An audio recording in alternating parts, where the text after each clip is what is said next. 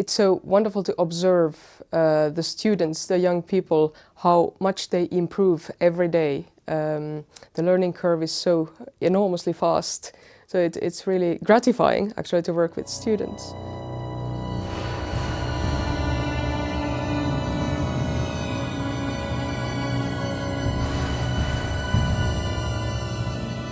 There is only so much that you can talk to students when you want to give them your knowledge, but when they sit together with the professional musicians and they play together, there is so much non-verbal communication and information that comes through.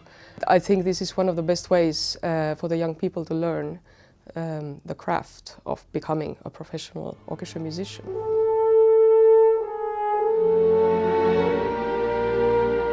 C'est quand même un métier qu'on peut apprendre qu'en le pratiquant finalement. C'est sûr quand on est étudiant, on apprend tous nos concertis, nos sonates, mais de jouer au sein d'un orchestre, c'est tout autre chose. Donc c'est quelque chose que j'essaie de transmettre la confiance aussi au sein du groupe, parce que c'est parfois déstabilisant d'avoir travaillé ses parties seul à la maison, et quand on est au centre de l'orchestre, de trouver ses repères, c'est quelque chose d'assez compliqué. Là, dans l'orchestre, tout le monde a vraiment très envie d'être là et super motivé par le projet et par le programme qu'on joue. Et je pense que ça s'entend dans la musique, dans l'envie qu'on a de jouer.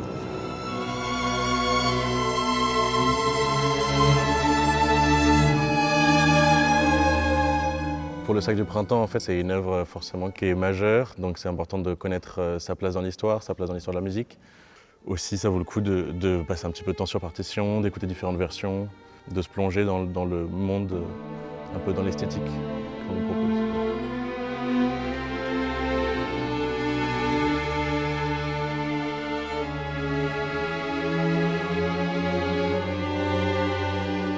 Of course, I think this is self-evident for everyone that you need to know your part very well.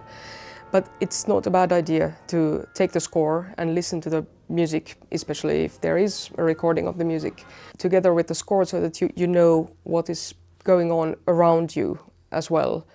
Because we work so much with our ears, and a huge percentage of our work is about listening to our colleagues, what are they doing, and reacting to that.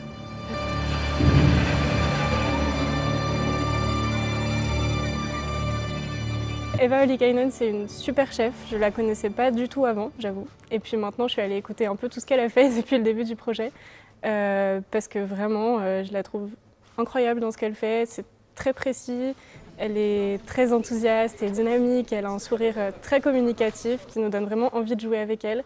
Et j'aime beaucoup sa manière de travailler.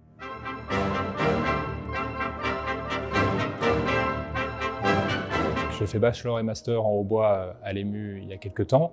Et j'ai fait cette série aussi de l'autre côté, du coup, en étant étudiant. Et c'est vrai que l'avantage, c'est de pouvoir découvrir les attentes, en fait, en orchestre professionnel. De voir exactement comment ça se passe et de aussi désacraliser certaines choses.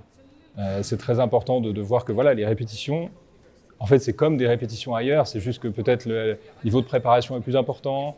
Peut-être que ça va un peu plus vite, etc. Et donc tout ça, arriver à se rendre compte, c'est très important quand on est étudiant à l'EMU.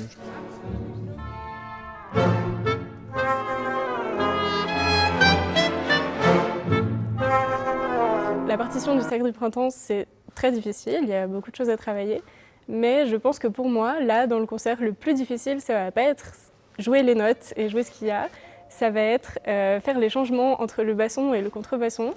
J'ai compté quand même dans toute la partition, je dois changer 14 fois entre le basson et le contrebasson.